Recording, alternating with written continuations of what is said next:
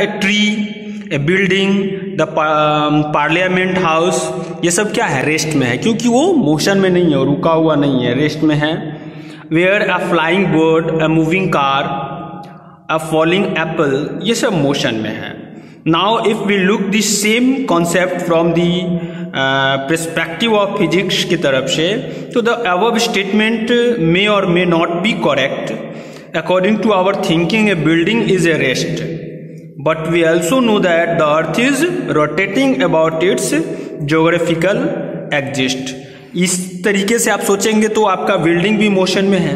तो not only that the earth is revolving around the sun, now can we say that a building is rest at rest. हम किसी चीज को rest कब बोलेंगे, जब वो किसी चीज से हम उसको कंपेयर करेंगे।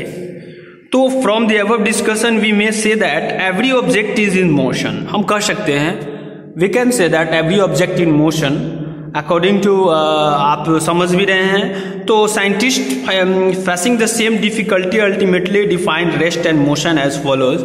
साइंटिस्ट ने इसको डिफाइन किया कि रेस्ट किसे बोलेंगे और मोशन भी किसे बोलेंगे।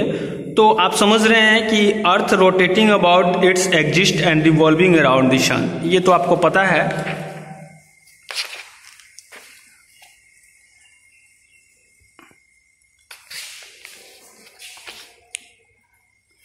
ए body is said to be in motion कब बोला जाएगा, when its position change with time with respect to an observer.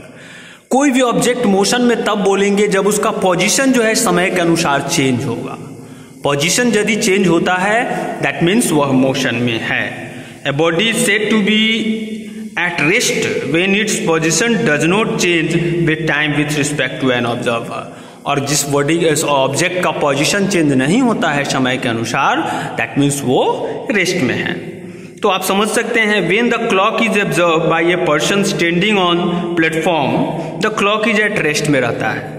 And this is because the position of the clock is not changing with respect to the person के सोच से। I mean change तो होता है position, clock का position change नहीं होता, उसके अंदर जो हैंड है उसका पोजीशन चेंज होता है। But when the same clock is observe bye an observer sitting in the running train से अगर आप सेम क्लॉक को देखते हैं तो the clock is in motion में आपको नजर आता है।